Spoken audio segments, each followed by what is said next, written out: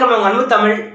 கிட்டத்தட்ட ஒரு 910 நாள் ஒரு போராட்டம் நடந்துட்டு இருக்கு. அந்த மாதிரி ஒரு போராட்டம் நடந்துட்டு இருக்குங்கிறத வெளி கொண்டு வந்தவர் தான் விஜய் அண்ணன். இப்போ அவர் போய் அங்க பேசினதுல பாத்தீங்கன்னா ஒரு பெரிய கூட்டமே அந்த இடத்துல சேர்ந்துச்சு. அப்படி என்ன அங்க நடந்தது எல்லாத்தையும் நம்ம ஒவ்வொன்றா பார்க்கலாம். அப்படி என்ன அங்க போராட்டம் நடக்கிறது எல்லாத்தையும் இந்த வீடியோ நான் சொல்றேன். எல்லாத்தையும் முழுசா பாருங்க. முழுசா பார்த்தீங்கன்னா உங்களுக்கு கண்டிப்பா புரியும். ஃபர்ஸ்ட் என்னன்னு பார்த்தீங்கன்னா, இந்த போராட்டம் அங்க எதுக்காக நடந்துட்டு இருக்குன்னு பார்த்தீங்கன்னா, சென்னையில் பார்த்தீங்கன்னா இருக்கிற ஏர்போர்ட், மீனம்பாக்கத்தில் இருக்கிற ஏர்போர்ட், அந்த ஏர்போர்ட் பார்த்தீங்கன்னா சின்னது. சென்னை மாதிரி வளர்ந்து வர ஒரு சிட்டியில் இந்த மாதிரி ஏர்போர்ட் இருந்தோன்னா டெவலப் ஆகாது. ஸோ பார்த்தீங்கன்னா அந்த இடத்துல பார்த்தீங்கன்னா இன்னும் பெரிய ஏர்போர்ட் வேணும். When compared to the other airports, வெளியே இருக்கிற ஏர்போர்ட்டோட கம்பேர் பண்ணும்போது சென்னையில் இருக்கிற ஏர்போர்ட் சின்னது தான். ஸோ பார்த்தீங்கன்னா அந்த ஏர்போர்ட் பார்த்தீங்கன்னா இங்கே இருக்கிறத விட வேற ஒரு இடத்துல ஏர்போர்ட் கொண்டு வரணுங்கிறத மீன் பண்ணி பரந்தூர் கிராமத்தை செலக்ட் பண்ணியிருந்தாங்க. அந்த இடத்துல பெரிய ஏர்போர்ட் கட்டலாம், பெரிய ஒரு விமான நிலையத்தை கட்டலாம் அப்படிங்கிறத கவர்மெண்ட் தரப்புல அந்த இடத்துல மீட் பண்ணி பேசிட்டு இருந்தாங்க. ஸோ பார்த்தீங்கன்னா அந்த இடத்துல கட்டக்கூடாதுங்கிறதுக்காக கிட்டத்தட்ட 910 நாளா பார்த்தீங்கன்னா போராட்டம் பண்ணிட்டு இருக்காங்க. ஒரு 13 கிராமங்கள் ஒன்று சேர்ந்து போராட்டம் பண்ணிட்டு இருக்காங்க. இந்த விஷயம் விஜய் அண்ணனுக்கு எப்படி தெரிய வருதுன்னா, ராகுல்னு ஒரு சின்ன பையன் ஒரு வீடியோ மேக் பண்ணி போட்டிருக்கான். என்னன்னு மேக் பண்ணி போட்டிருக்கான்னா, இந்த இடத்துல நான் படித்த ஒரு ஸ்கூல் இருக்கு, இந்த இடத்துல நான் விளையாடின ஃப்ரெண்ட்ஸு, அந்த நினைவுகள்லாம் நிறைய இருக்கு, இந்த இடத்துல விட்டு இந்த இடத்துல அழிச்சு நீங்கள் விமானம் கட்டுனீங்கன்னா எப்படி அப்படிங்கிற ஒரு மாதிரி சோகமாக பேசி போட்டு இதை பார்த்தோன்னே விஜய் அண்ணா உடனே கிளம்பி நேரில் சந்திரிச்சு, அங்கே இருக்க மக்கள் நேரில் சந்திரிச்சு, நான் உங்கள் வீட்டு பிள்ளை,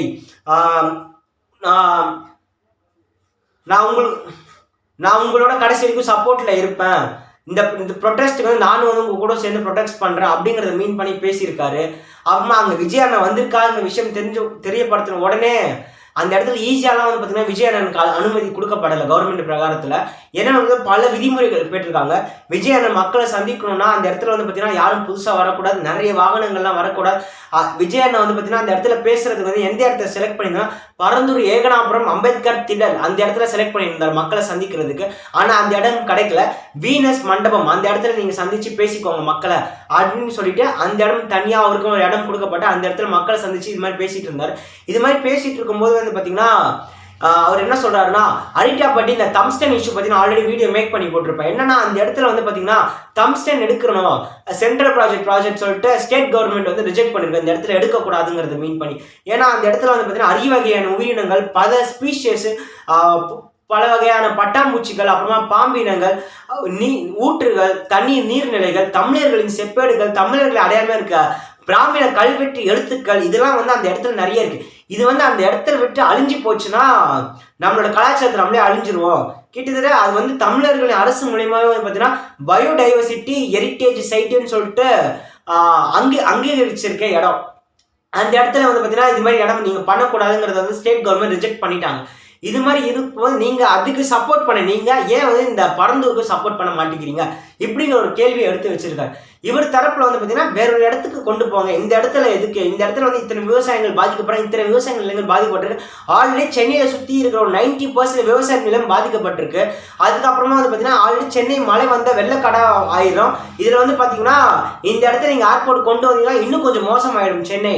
இது ரிசர்ச் பிரகாரம் உண்மை. இது பார்த்தீங்கன்னா தவிர்க்க முடியாத விஷயம், இதுதான் உண்மை. இப்படி இருக்கும், நீங்கள் வேற இடத்துக்கு கொண்டு போங்க அப்படின்னு சொல்றாங்க.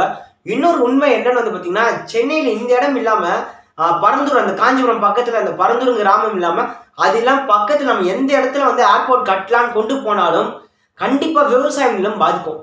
ஏன்னா ஏர்போர்ட்டுங்கிறது ஒரு 50 ஏக்கர் 100 ஏக்கரில் முடிஞ்சிருமான்னு கேட்டிங்கன்னா கிடையாது. மினிமம் பார்த்தீங்கன்னா ஒரு 2000-3000 ஏக்கர் தேவைப்படும் கட்டுறதுக்கு. அது மாதிரி ஏக்கர் உள்ள இடத்த செலக்ட் பண்ணும்போது கண்டிப்பாக விவசாய நிலமும் ட்ராப் ஆயிடுது. ஸோ பார்த்தீங்கன்னா எந்த இடத்துல பார்த்தீங்கன்னா எந்த பிரச்சனையும் இல்லாமல் இருக்கும் அந்த இடத்துல நீங்கள் தேர்ந்தெடுத்து கட்டுங்க அப்படிங்கிற ஒரு கோரிக்கையை தான் விஜய் அண்ணா அரசாங்கத்திடம் சொல்லியிருக்காரு. இது பார்த்தோன்னே பார்த்தீங்கன்னா டிஎம்கேல இருக்கிறவங்களும் பார்த்தீங்கன்னா நிறைய விஷயத்த முன்மொழிஞ்சிருக்காங்க. நாங்கள் எந்த இடத்துல இது பண்ணுற மாதிரி இருந்தாலும் சரி கண்டிப்பாக பாதிக்கப்படுற மாதிரி தான் இருக்கு. ரெண்டு பேர் பக்கமும் பார்த்தீங்கன்னா பாசிட்டிவும் இருக்குது, நெகட்டிவும் இருக்குது. இது நீங்கள் எப்படி பார்க்குறீங்க?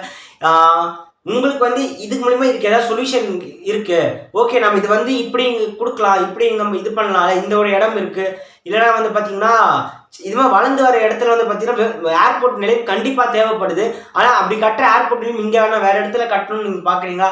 இல்லைன்னா பார்த்தீங்கன்னா கட்டுங்க, ஆனால் பார்த்தீங்கன்னா அங்கே இருக்கிறவங்களுக்கு ஏதாச்சும் ஒரு முறையில் கவர்மெண்ட் மூலியமாக ஏதாச்சும் ஒரு ஃபண்டு கொடுத்து அவங்களுக்கு தேவையான சேவைகள் கவர்மெண்ட் நிறைவேற்றிட்டு நீங்க கட்டுங்க அப்படின்னு நீங்க சொல்றீங்க. உங்களுக்கு என்ன உங்க மனசுல சொல்யூஷன் படுதோ அதை நீங்க சொல்லுங்க.